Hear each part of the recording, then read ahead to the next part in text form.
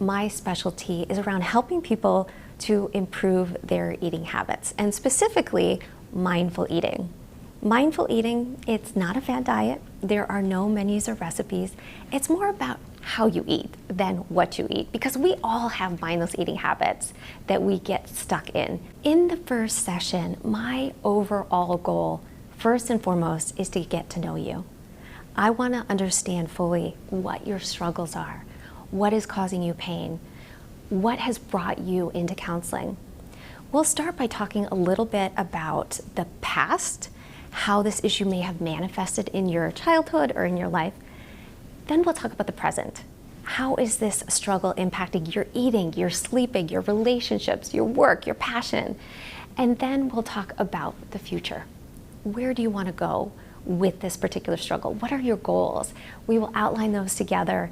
It's been exciting to be able to offer online therapy.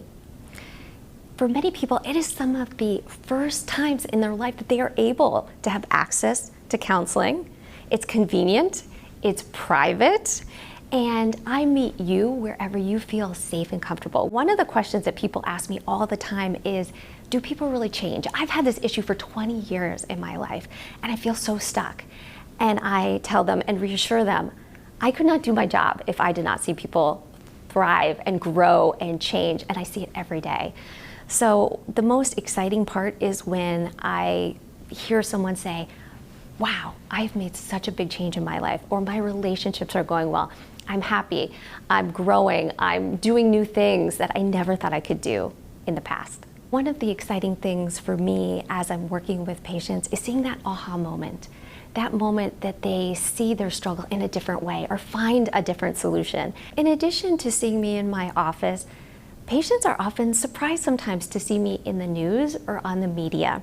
I do a lot of educational news segments with the Cleveland Clinic and local and national news to provide education. I'm very passionate about providing mental health education to reduce some of the stigma, but also to provide actionable, easy, practical tips that everybody can use. Being able to talk to people not only in my office, but out in the world has been exciting and really a helpful part of my job in reaching everyone to know more about mental health issues.